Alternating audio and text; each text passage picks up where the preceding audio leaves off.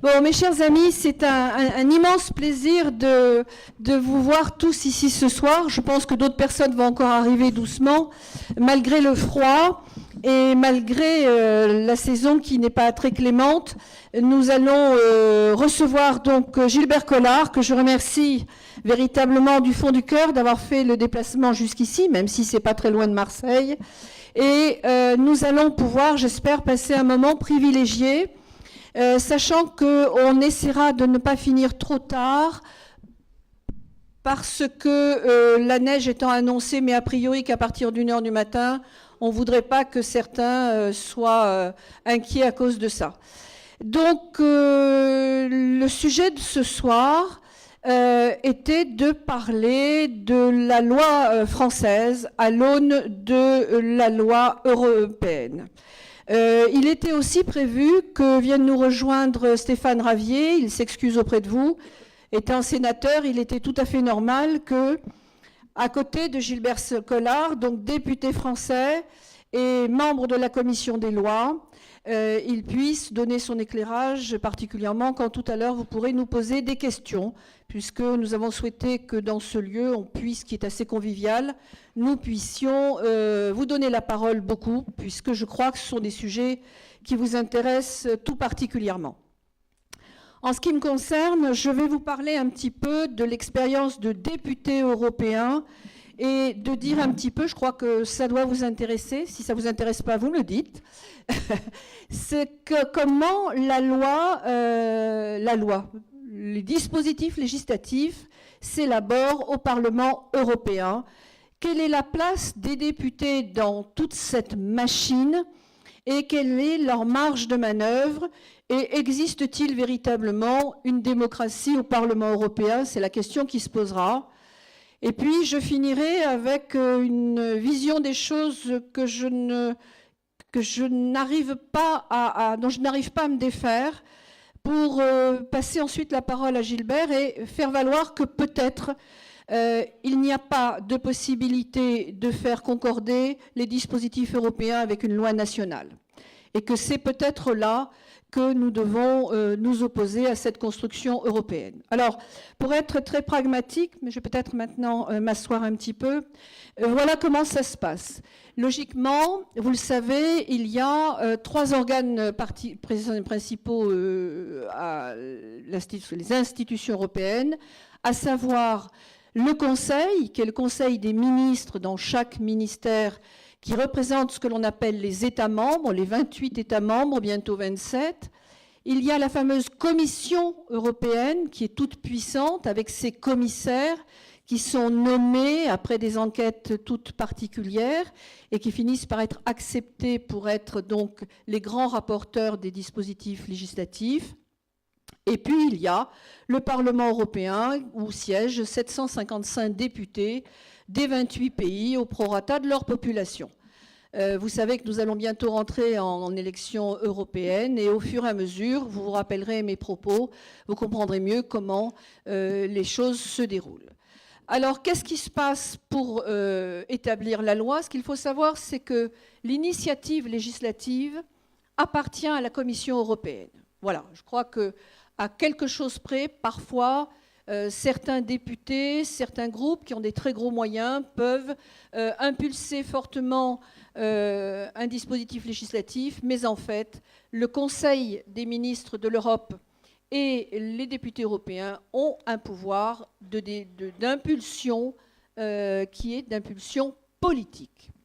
Alors comment ça se passe, techniquement parlant? Eh bien, soit la Commission elle-même pense qu'un texte, vous savez, cet énorme millefeuille qui est mis en place maintenant depuis pratiquement plus de 60 ans bientôt, et décide de réajuster un texte, de le rénover, de le remettre au goût du jour, ou bien de le modifier dans un sens un peu plus contraignant pour les États membres. Et la Commission impulse donc la révision de ce texte. Ça nous arrive, nous, après décision et discussion un peu au Conseil, mais ça arrive dans les commissions de travail du Parlement européen, et nous sommes amenés, en commission de travail, à discuter de ces textes. Alors, ces textes venant de la Commission ou les textes qu'on appelle des projets de directives, des directives que l'on a modifiées ou des projets de directives ou des règlements, cela ne se discute pas, les députés s'en emparent. En revanche, il y a des cas de figure où sur des dossiers qui sont de l'initiative des députés, ces dossiers n'arrivent pas toujours à être travaillés et à être montés. Ces dossiers d'initiative n'ont pas de valeur législative et c'est simplement des vœux pieux où tout le monde pense et espère que sa petite idée sur tel ou tel domaine, sur la taille du chou-fleur ou la couleur de tel ou tel drapeau, va pouvoir être acceptée, discutée, qu'ils auront leur petit moment de gloire en assemblée plénière et que cela arrivera jusqu'à la commission qui en fera un projet de directive. Donc cela, vous le voyez, c'est un peu à sens unique, c'est la commission qui décide un petit peu de tout. Les députés ont peu de moyens. Alors quels sont nos moyens, et particulièrement ceux du groupe ENL, puisque vous le voyez ici, cette soirée est entièrement à l'aune de notre groupe d'Europe des Nations et des Libertés, dont je vous rappelle que nous sommes actuellement 17 députés qui travaillent, je dois le dire, véritablement très, très dur et de manière très consciencieuse avec leurs assistants pour faire avancer nos idées autant que faire se peut. Eh bien, nous pouvons intervenir à différents moments, soit à un moment un peu privilégié, qui est le moment des réunions dites de coordinateurs, où nous acceptons ou nous n'acceptons pas de traiter le dossier dans une commission. Puis ensuite, en commission, il a été déterminé un député qui va être un député rapporteur, qui va donc établir le dossier. Et pour l'aider, il y a ce qu'on appelle des shadow rapporteurs, c'est-à-dire des représentants de chaque groupe politique. Et nous allons, pied à pied, travailler sur ce dossier, sur ce texte, pour le mettre véritablement en forme. Puis ensuite, ça fait la navette, ça remonte à la discussion avec la commission, qui peut nous le renvoyer, mais bien plus tôt, tout est court-circuité depuis pas mal de temps. Le texte, le projet est présenté directement en plénière au Parlement européen. Et là, on dit, bon, mais c'est très bien comme ça, on va vite l'envoyer en discussion, ce qu'on appelle interinstitutionnelle. Donc, il y a des discussions qui se font à huis clos entre quelques personnes. Le texte est ainsi validé et est voté une bonne fois pour toutes sur un vote unique, qui fait que donc, tout ça est un peu technique, mais pour vous dire que les circuits sont relativement courts. Et la seule possibilité que nous ayons, nous, eh bien, c'est de modifier les textes, de les freiner un peu. Sachez que tout ce que nous proposons, y inclut nos rapports, j'ai à titre personnel présenté 4 rapports balayés d'un revers de main, vous pensez bien. Nos amendements, jamais inclus dans un processus qui est typique de l'Assemblée européenne, qui est de faire ce qu'on appelle des compromis. Et ces compromis où tous les groupes se débrouillent à arriver à faire un texte commun, qu'il y ait peu de modifications du texte portées par une seule personne ou par un seul groupe.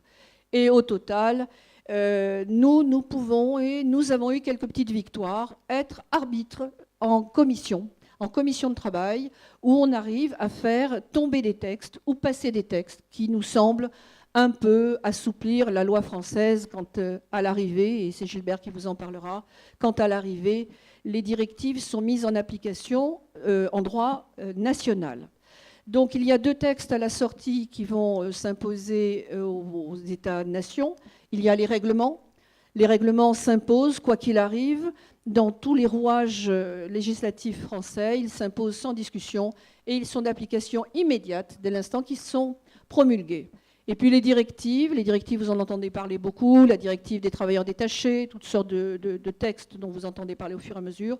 Ceux-là, ils ont une date butoir, qui est une date fixée au JO donc, du Parlement européen, journal officiel, et les États membres sont priés de les mettre en droit français, en l'occurrence pour nous, dans les 2 à 3 ans qui suivent la promulgation au journal officiel, sachant que chez nous, eh bien, on s'aperçoit que la France a tellement fait de zèle que bien souvent, les textes sont déjà dans les textes français. Pour vous donner un simple exemple, j'ai eu un mal fou quand je me suis occupée un petit peu de la loi El Khomri en 2016, à savoir si une partie des articles qui étaient assez coercitifs donc nous étions en juillet ou août 2016, n'est-ce pas, était bien la mise en application d'une directive de 2014 qui devait être appliquée en juin 2016, ou était déjà une partie du texte qu'on a voté depuis quelque temps, qui a été voté là, il y a un mois ou 2. pour vous dire à quel point la France fait du zèle, parce que la vérité a été que le texte El Khomri était déjà, d'une certaine façon, la directive qui est sortie pratiquement 18 mois après. Voilà. Alors, ça, c'est de la technique. Vous voyez qu'on a énormément de travail, parce que tout ça, c'est véritablement c'est du jus de cervelle, comme je dis moi. On peut parler, donc... on peut nous intervenir pour présenter qui nous sommes, mais évidemment, il n'en sort pas grand-chose. Mais peu à peu, on s'aperçoit que les eurosceptiques ou ceux qui veulent freiner tous ces textes sont de plus en plus nombreux au Parlement. Il y a certains votes en plénière où on arrive à être un très gros tiers, même un peu plus, et quelques votes ont été un petit peu courts, et véritablement, c'est en train de changer.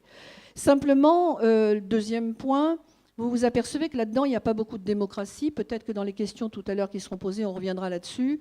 Il n'y a pas de véritable démocratie, même si les députés européens sont élus au suffrage universel et sur des scrutins de liste. Maintenant, avant, c'était des listes régionales.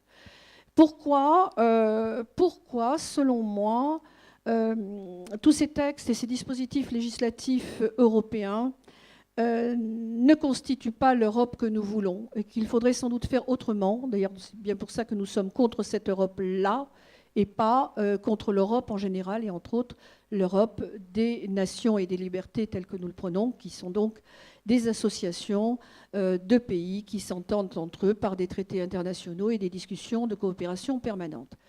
Parce que ces dispositifs ne sont pas faits sur le même modèle que les lois nationales.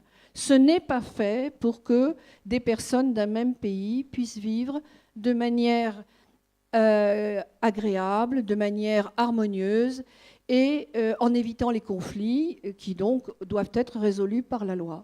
Cela a été prévu pour un énorme espace économique.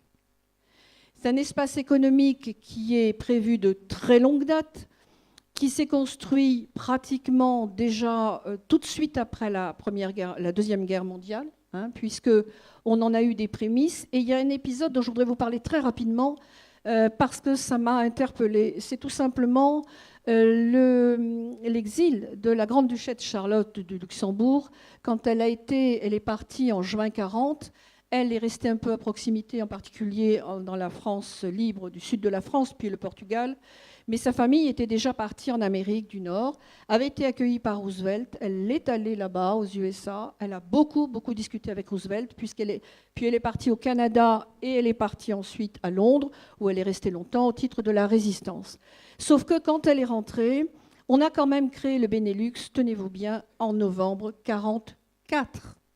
Et le Benelux, c'est-à-dire l'association douanière de 3 pays, la Belgique, les Pays-Bas et le Luxembourg, a été une entité qui persiste toujours. J'ai fait vérifier, le Benelux existe toujours. C'est une mini-Europe à l'intérieur de l'Europe. Il y a donc des rouages tout à fait classiques d'une présidence, d'un petit système législatif, un petit système économique.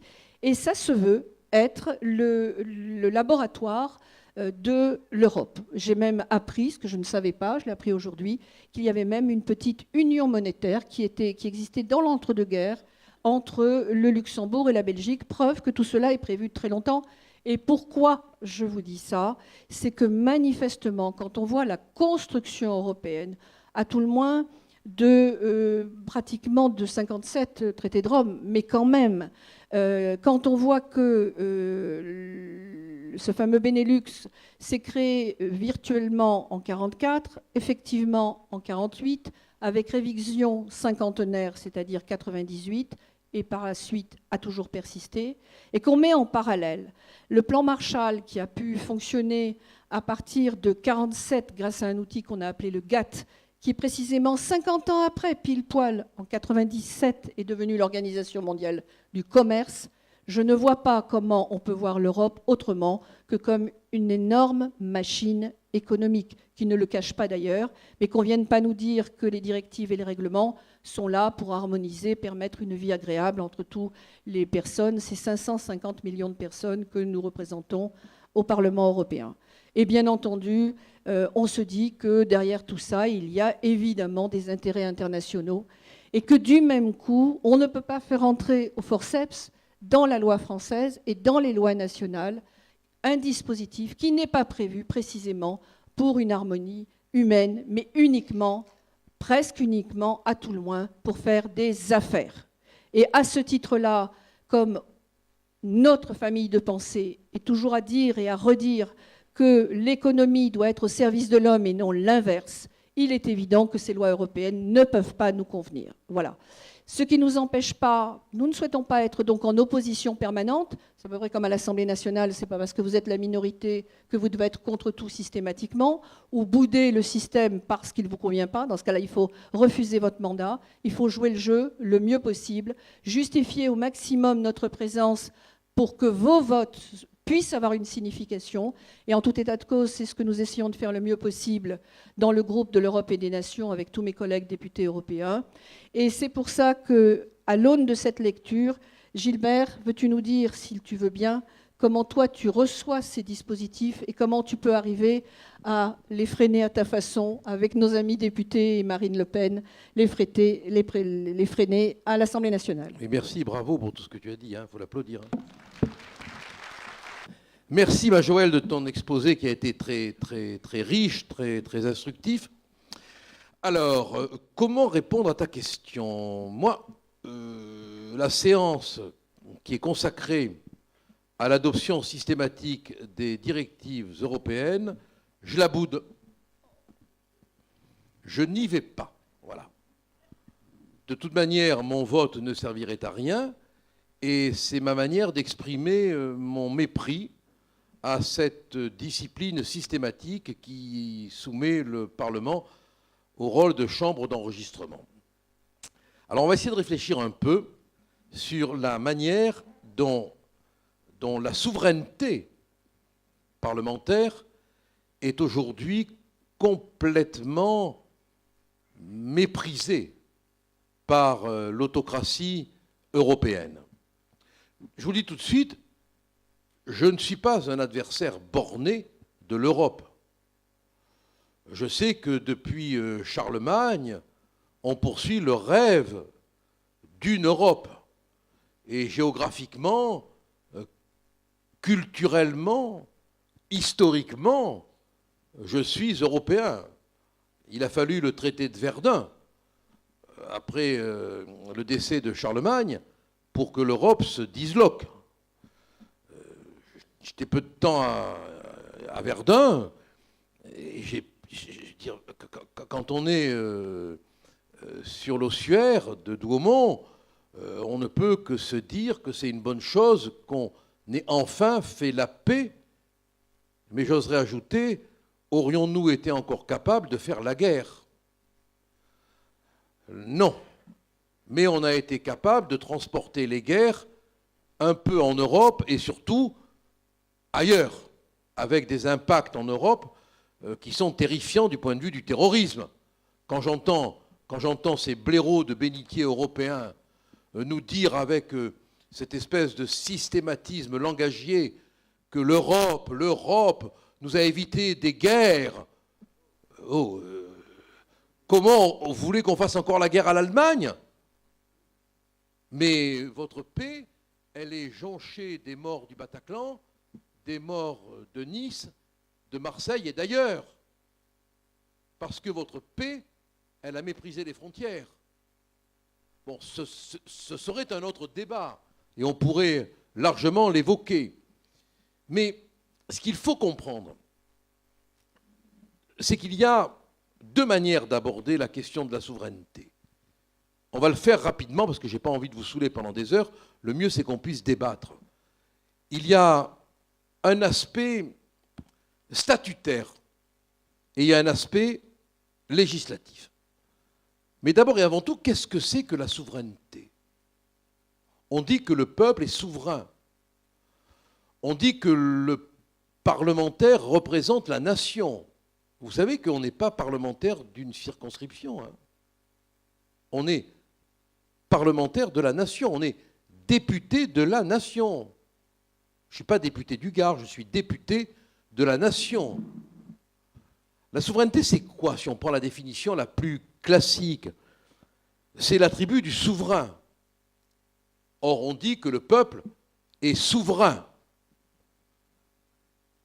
La souveraineté, c'est le fait de détenir l'autorité suprême, d'en être revêtu, et c'est le fait de détenir un pouvoir qui n'est limité par rien d'autre et qui ne peut connaître aucune limite de quiconque. Bon. À partir de là, on est obligé de dire qu'il n'y a plus de souveraineté parlementaire. Et on va voir rapidement pourquoi.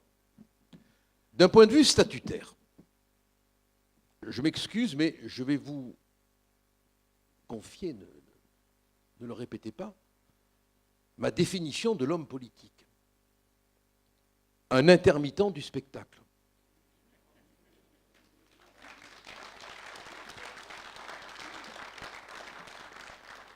C'est quoi un homme politique aujourd'hui? C'est un type qui, le matin, doit lire le journal pour pouvoir répéter le journal à un journaliste qui répète le journal quand on va l'interviewer. C'est un homme qui guette le moment où il pourra passer à la télé de manière à tweeter « Je serai chez Bourdin demain. J'ai été chez Bourdin hier. »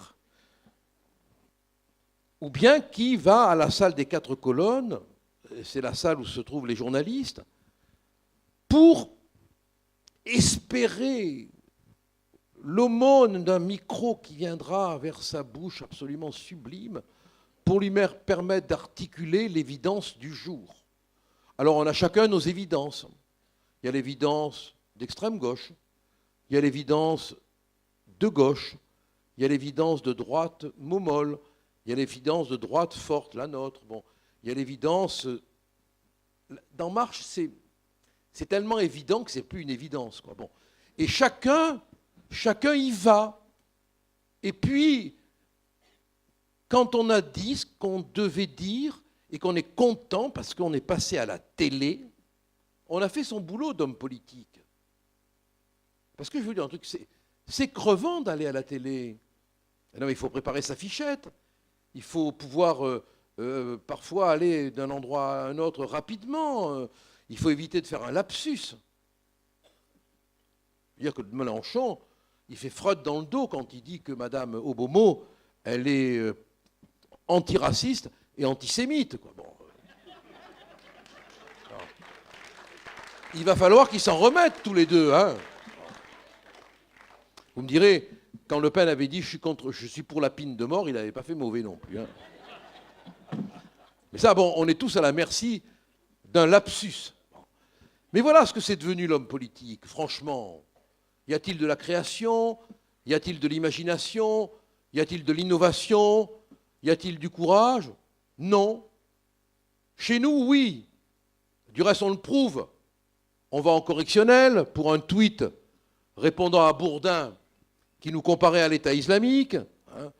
On est perclus de contrôle, on est criblés d'emmerdements, parce qu'on est la seule opposition, mais on dit les choses, notamment sur les prieurs de rue.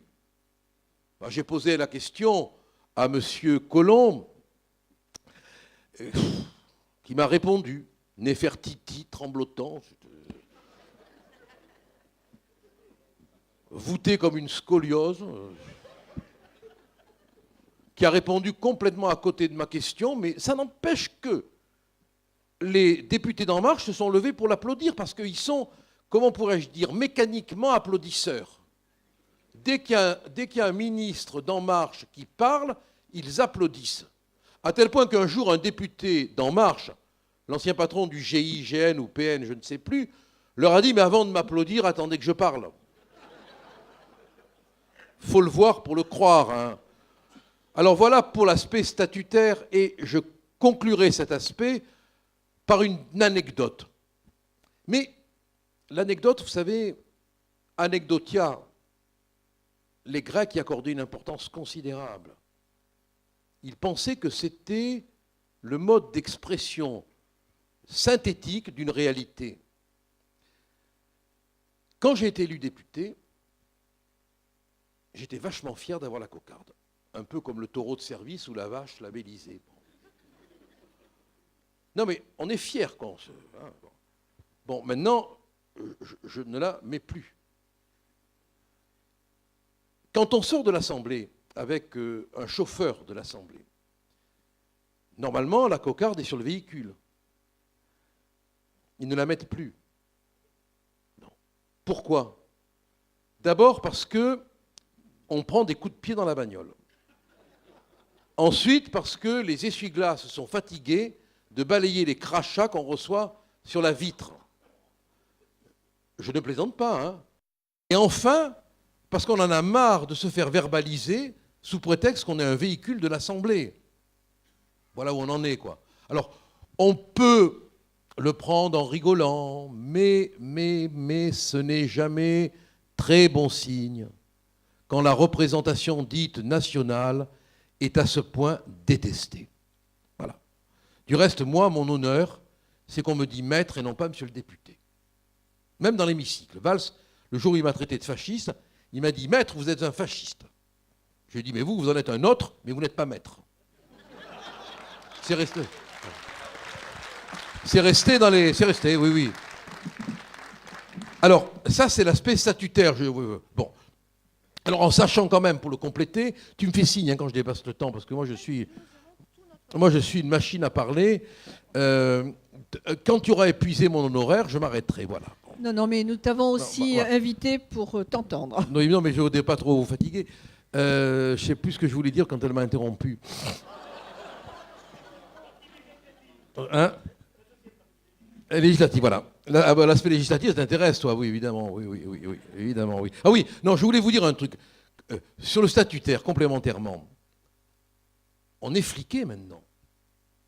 Vous vous rendez compte que il va... Alors moi, depuis 5 ans, sur la précédente législature, avant que la Torera tente de m'assassiner pour la seconde, j'avais gardé toutes mes factures. Donc je suis peinard, j'ai pris l'habitude.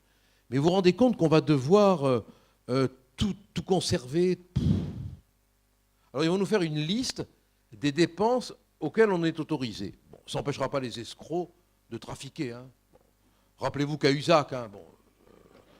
Non mais c'est vrai quand même, Cahuzac, il a été capable de dire, les yeux dans les yeux, je vous dis que je n'ai pas fraudé. Bon, on a un ministre du budget qui a voté contre le budget, enfin un secrétaire d'État au budget qui a voté contre le budget. Bon, franchement, non mais c'est de l'Offenbach, quoi. Je veux dire, c'est très décourageant tout ça. Alors voilà pour l'aspect statutaire. Sur le plan législatif, alors, tu as dit l'essentiel. Les règlements européens sont d'application immédiate. Donc, dès qu'il y a un règlement européen, garde à vous, ferme ta gueule, marche à l'ombre. La nation n'a pas son mot à dire. La systémique légaliste européenne s'impose. Après, quand on a des directives d'application différées, comme tu l'as expliqué, elles ont un délai pour être mises en application. Mais nous les Français, on a eu 2 arrêts. L'un de la Cour de cassation, en 1975, l'arrêt Vabre, et un peu plus tard, l'arrêt Nicolot du Conseil d'État, qui ont décidé que si dans le délai imparti, la transcription n'était pas effectuée, l'application n'était pas efficiente, eh bien, ça s'appliquait d'office. Voilà. Donc, on est allé une fois de plus loin que ce que les technocrates de l'Union européenne voulaient.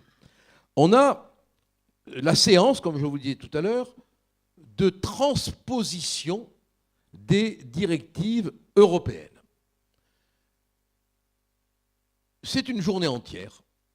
Ça peut être 2 après-midi, 3 après-midi, pendant lesquels on transpose. On ne crée pas du droit français. On transpose les directives en loi française. C'est-à-dire qu'on dupe tout le monde.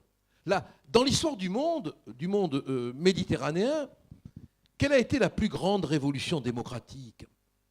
C'est quand Solon a rendu la loi lisible. Aujourd'hui, La loi, elle est illisible. Qui d'entre vous sait que telle loi, par exemple, n'est que la transposition d'une directive européenne? Vous ne le savez pas. Parfois même nous, on l'apprend, tellement il y a de directives qui sont transposées. Et puis, le domaine de la loi française ayant été restreint par l'article 34 de la Constitution, c'est le gouvernement qui a une pleine domination de l'ordre du jour. C'est lui qui fixe l'ordre du jour de l'Assemblée nationale. C'est-à-dire que l'initiative du député, elle est quasiment inexistante. Or, le gouvernement passe son temps à présenter des textes qui sont d'inspiration européenne. J'ai vu, comme on dit dans Molière, de mes yeux vu, Monsieur le maire nous dire, tout content de son étrange voix, un peu pompeuse quand même, il faut le reconnaître, qu'il arrivait de Bruxelles, qu'il avait présenté le budget et qu'il était ravi parce qu'on l'avait félicité. Je l'ai entendu. Parole de mes oreilles, je l'ai entendu. J'étais consterné, moi, tout en haut, à l'extrême droite. J'étais consterné. Entendre un ministre du budget venir nous dire qu'il était satisfait parce qu'il avait obtenu l'onction de Bruxelles pour le budget, ça veut dire qu'on n'a plus aucune souveraineté. Plus aucune. Et si nos lois ne sont pas conformes à la doctrine européenne, le Conseil constitutionnel les retape. On est pris dans un étau. Alors, c'est à tel point violent que la Cour de cassation, sur la question du voile dans l'entreprise, avant de se prononcer, qu'est-ce qu'elle a fait? Qu'est-ce qu'elle a fait, à votre avis? Bernard, qu'est-ce qu'elle a fait? Voilà. Voilà. Pardon? Elle a demandé son avis à l'Europe.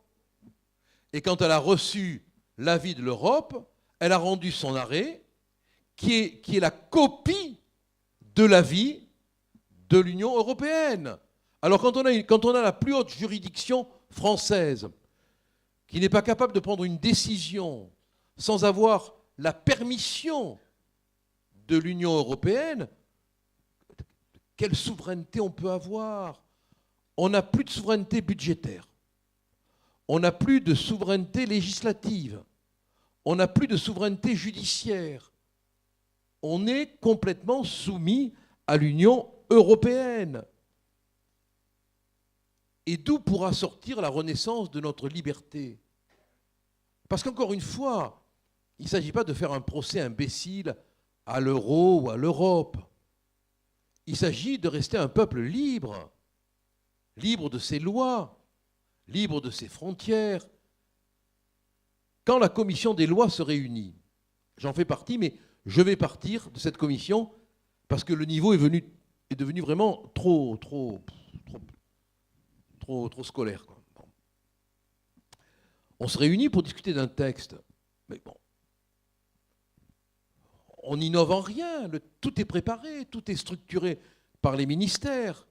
Il n'y a pas un amendement à la commission des lois qui est approuvé quand il n'est pas de la majorité. Alors, comment on pourrait faire? On n'a qu'un pouvoir quand on est député dans l'hémicycle. C'est le droit d'amendement. On peut amender un texte. Mais regardez les séances à l'Assemblée.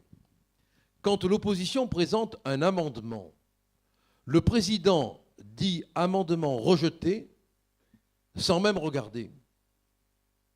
C'est-à-dire que systématiquement, il sait que l'amendement sera rejeté parce que c'est un amendement qui est issu de la minorité. Il n'y a plus de débat. On ne discute plus des lois.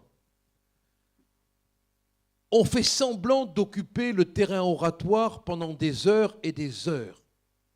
On multiplie les amendements qui ne servent à rien. Je crois que Mélenchon se vante d'en avoir présenté 1500 à peu près. Bon. Et alors? Il occupe le vide. Hein. Bon. Franchement, un député honnête doit dire on ne sert à rien. Et je vais conclure sur une réflexion horrible. Après, on va débattre. Hein. Un vieux député. Un vieux putain. Moi, j'oublie toujours mon âge. Hein. Un député plus vieux que moi.